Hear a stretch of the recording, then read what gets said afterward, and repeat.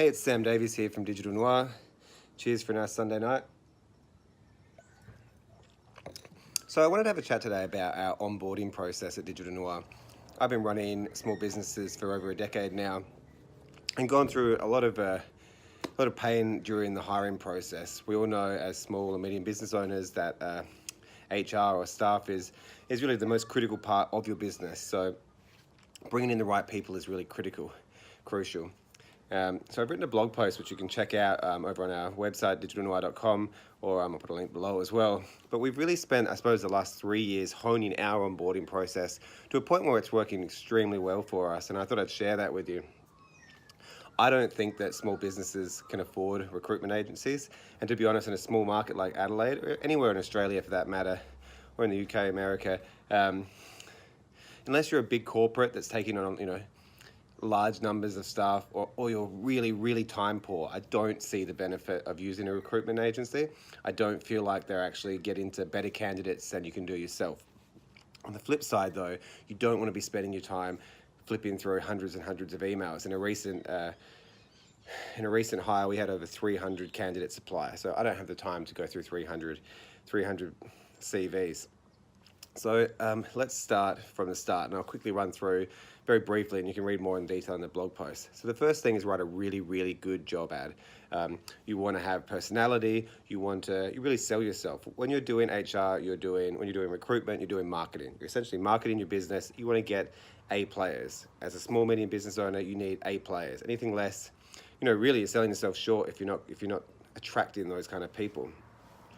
So really sell on your culture, on the perks of what you do, why you do it, your why. Very important. 100% we put within the job ad some requests. So for example, you must submit a cover letter, otherwise we won't read your CV. And you can't imagine how many people don't actually submit a cover letter, or maybe some questions that need to be answered. Something that is going to make people go out of their way to apply for your job. You don't want people that are just spamming CVs, resumes out to people that they haven't really done their due diligence on. Okay, so get a great job ad.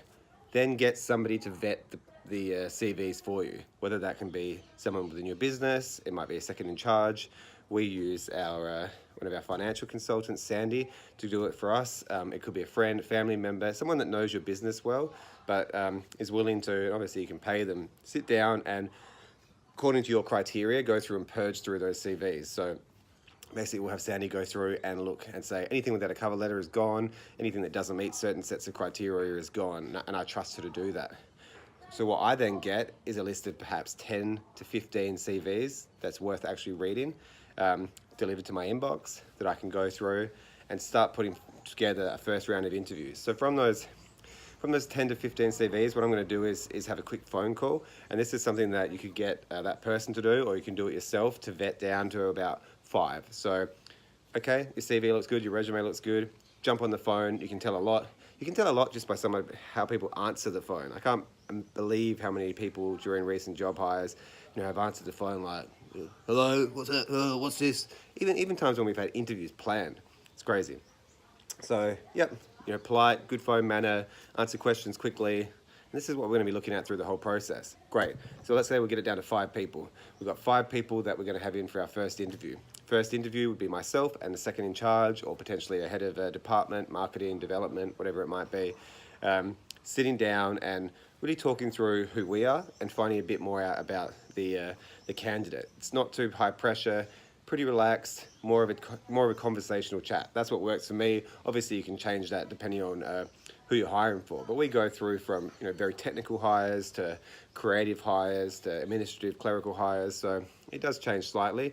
But I want to find out, is this person a cultural fit? Does this person have a brain? Great. So first interview's done. Generally takes about 45 minutes. We'll do 5 of them, let's say. From there, we're going to cull it down to potentially 3, 2 sometimes, generally around about 3. So a few of those people will not do great in the first interview. They're out now. And you've got to be kind of ruthless in this approach. We then have the second interview, which we will do off-site. So personally for us, we'll do it in a wine bar. Makes sense for me. We like this psychologically because it kind of puts people a little bit at ease. before we get them through to the wine bar to have the interview, we'll actually send out a psychometric test. So this will be a test generally around, the last one was around leadership questions, although it could be more technical, so if it was a PHP developer.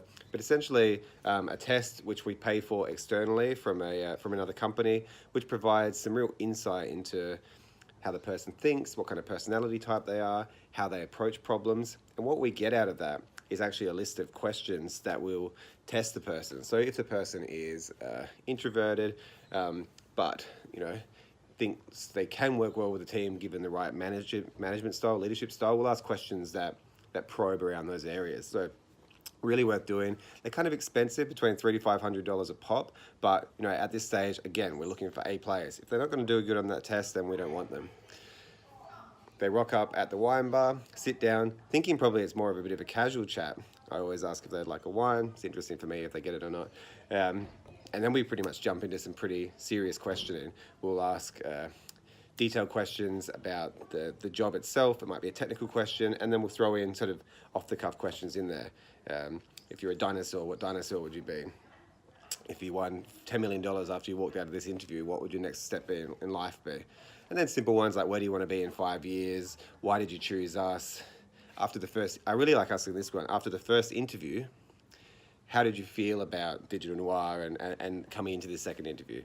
I want to hear that they're excited, this is exactly what I'm after, etc.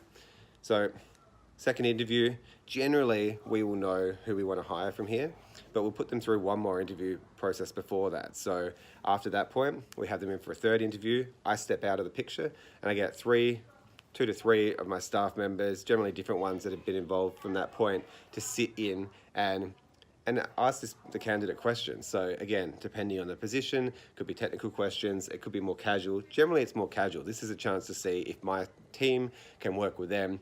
And it was really a chance for me to get buy-in from my team. I don't want to be sitting here at the top of a castle, hiring and firing willy-nilly. I want everybody to have buy-in so that if things don't go well, then we all go well, And through this process, this sort of 3 or 4 step process, we haven't experienced that yet, and we've been really, really happy. So generally, we're down to 1 person with a team interview, sometimes 2. From there, we'll step back and we'll make a decision. At that point, you've had sort of 4 or 5 conversations, they've been through a test. You really can, 1, you can tell whether or not they're right for you, but 2, if they're still sticking around and they feel good about it, then they're coming into the job knowing a few of the staff, knowing what you're about, and it's a really great onboarding process that doesn't cost a huge amount of money. I think is better than going through recruitment firms. I might do a separate video on how we actually put our job ads out there, because social media advertising here on LinkedIn, some great tools, but this was supposed to be a short video and it is not. So if you have any questions about the onboarding process, feel free to hit me up here on LinkedIn or at Digital Noir on Instagram, or Google Digital Noir and you will find us and find me. Cheers. Thanks for listening.